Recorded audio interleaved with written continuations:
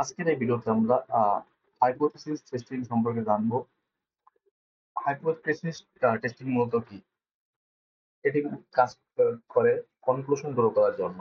Suppose কেউ population ডাটার উপর কোনো একটা রেজাল্ট এনে দিল, সেটা আমাদের তো যাচাই করতে হবে যে এটা সত্য কিনা মিথ্যা।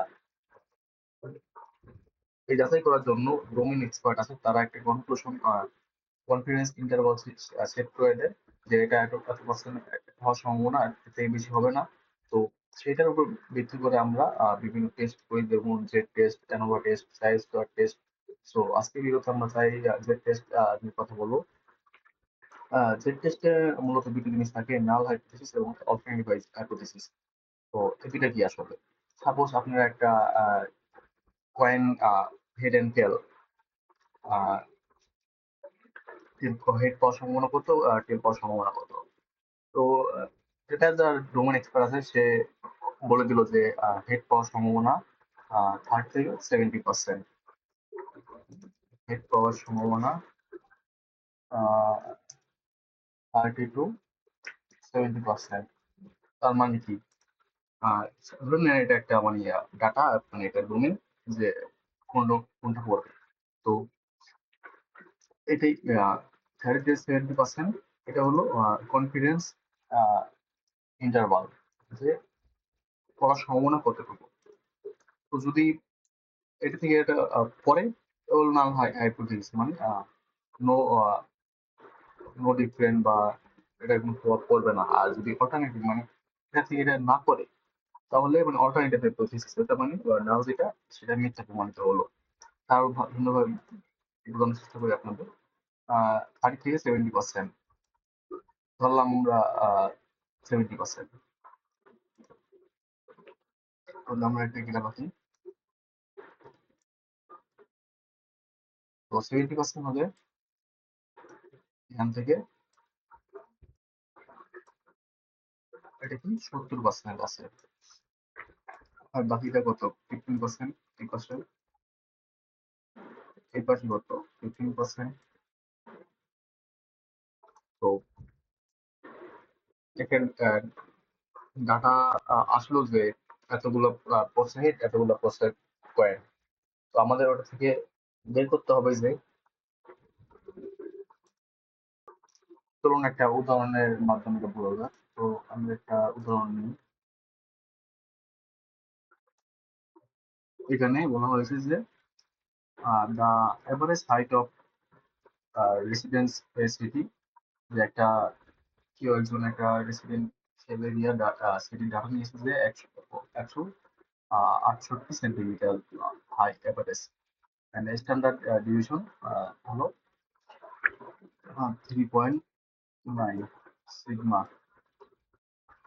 এবং যে ডোমেন এক্সপার্ট আছে ডক্টর, সে বলতেছে না, এটা ডিফারেন্ট হবে। সে মেজার দ্য হাইট থ্রি, সে 36 ডাটা নিয়েছে স্যাম্পল ডাটা থেকে। সে বলতেছে যে 1.69.5 হবে।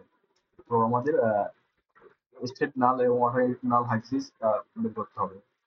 তো এখানে নাল হাইপোথিসিস কোনটা আছে? নাল হাইপোথিসিস হলো 166, কারণ এটা আমরা একটা সার্ভে করছি, সার্ভের মাধ্যমে পাইছি হলো 166, 68। তো আমরা যখন কোনো পুলিশ যখন কোনো ক্রিমিনালকে অ্যারেস্ট করে, তো তখন কিন্তু সে আসামি না, সে একজন সন্দেহভাজন। আদালতে প্রমাণ না হওয়া আগ পর্যন্ত সে আসামি কি সন্দেহভাজন। তো এখানে যেহেতু এখন আমরা প্রমাণিত করি না যে কোনটা নাল হাইপোথিসিস আর কোনটা অল্টারনেটিভ নাল হাইপোথিসিস, তো আমাদের 166 বের করছি, এটাই আমাদের নাল হাইপোথিসিস। হ্যাঁ, নাল হাইপোথিসিস হলো 166। Hypothesis, sorry, 168। দেন অল্টারনেটিভ নাল হাইপোথিসিস হলো, আর ডক্টর কি ক্লেম করছে সে এটা না, এটা ডিফারেন্ট হবে।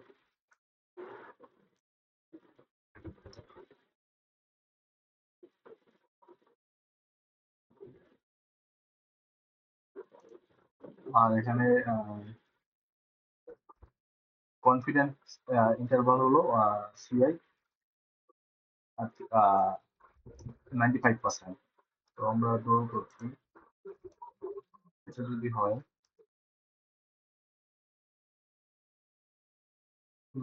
95%, 5%, 2.5, 2.5 সবসময় মাঝে নিব। কনফিডেন্স ইন্টারভালটা দুই সাথে ভাগ করে দেবো 2.5।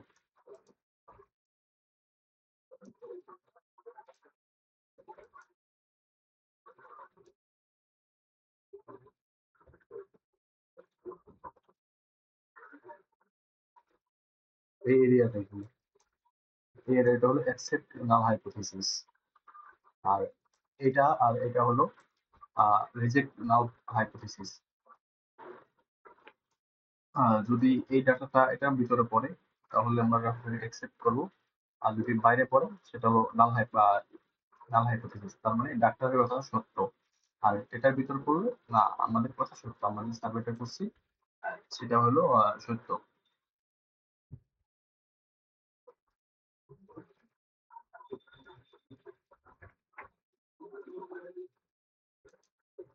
তো এখন আমাদের পাশে রাইট রাইট সাইড নিয়ে কাজ করবো। তো রাইট সাইড নিয়ে কাজ করার জন্য তো 9.5 প্লাস 2.5 কত হয়? আর যদি আমরা পার্সেন্টেজ করি তো 0.975। তো 0.975 এটার জন্য একটা গ্রাফ আছে যে কত কত হবে এটার জন্য মানটা। জেড এর মান থেকে আমরা নিয়ে আসি।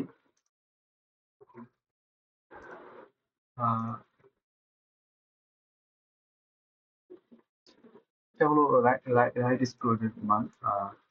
আপনার যদি লেফটের জন্য আলাদাভাবে বের করা লাগে না, সবসময় রাইটের জন্য এই চারটা ইউজ করবেন, লেফটের জন্য না। আর আর লেফটের রাইটের জন্য ইউজ করলে একই কথা।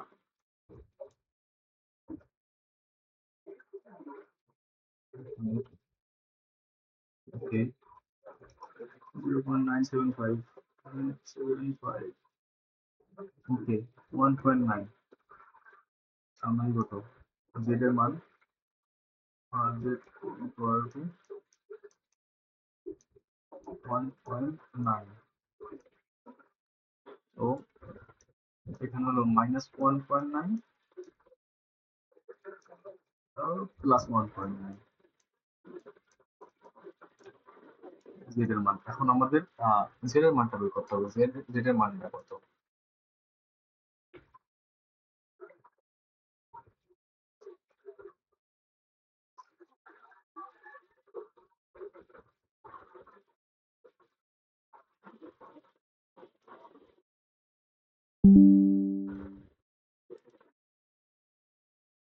জেড এর মানটা বের করার জন্য একটা সূত্র আছে। আহ, এই সূত্রটা দিয়ে আমরা জেড এর মান বের করি। X bar equal to sample data. এখানে স্যাম্পল ডাটা কোনটা? এটা কিন্তু 166 হলো আমরা পপুলেশন ডাটার উপর একটা সার্ভে করেছি। আর আমাদের ডাক্তার কি করছে, সে 36টা স্যাম্পল নিয়ে সেখান থেকে একটা সার্ভে করছে যে সে এটা পেয়েছে। তো আমাদের জেড বার মানে হলো পপুলেশন 169.5, 169.5। আর পপুলেশন ডাটার উপর আমরা পেয়েছিলাম 168,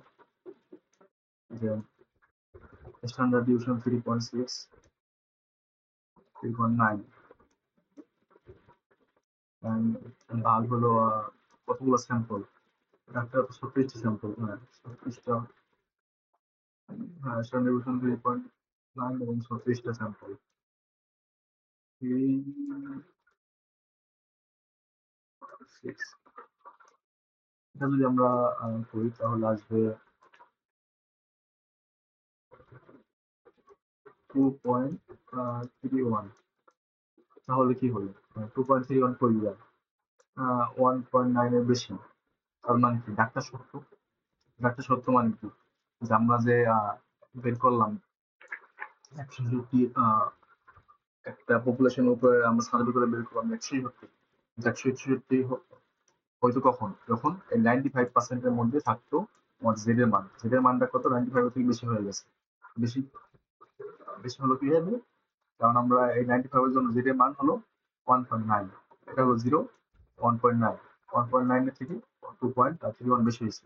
তার মানে আমরা যে সার্ভেটা করছি, সার্ভেটা ঠিক ছিল না। তো এই জেড টেস্টের মাধ্যমে আমরা কোনো একটা ডাটাকে এই কনক্লুশন ড্র করতে পারি সেটা কি আসলে সঠিক কিনা, আহ, সেটা কি আসলে স্ট্রং কিনা। কারণ যে ডোমেন এক্সপার্ট থাকে, যেরকম ডাক্তার, সে হাজার হাজার লাখ লাখ ডাটা তার কাছে আছে, সে এটা থেকে বুঝতে পারে যে এটা না এটা হবে।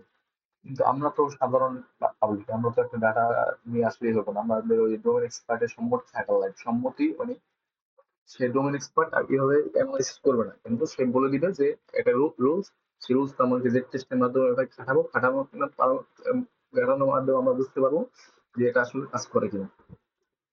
তো জেড টেস্ট, অ্যানোভা টেস্ট, আরো সাইজ টেস্ট আছে, এটা আমরা ধীরে ধীরে জানবো। তো আশা করি আপনারা ভালো লাগছে। যদি ভালো লাগে এবং যদি কোনো ফিডব্যাক থাকে আপনারা জানাতে পারেন যে কোথায় কিভাবে উন্নতি করতে পারি।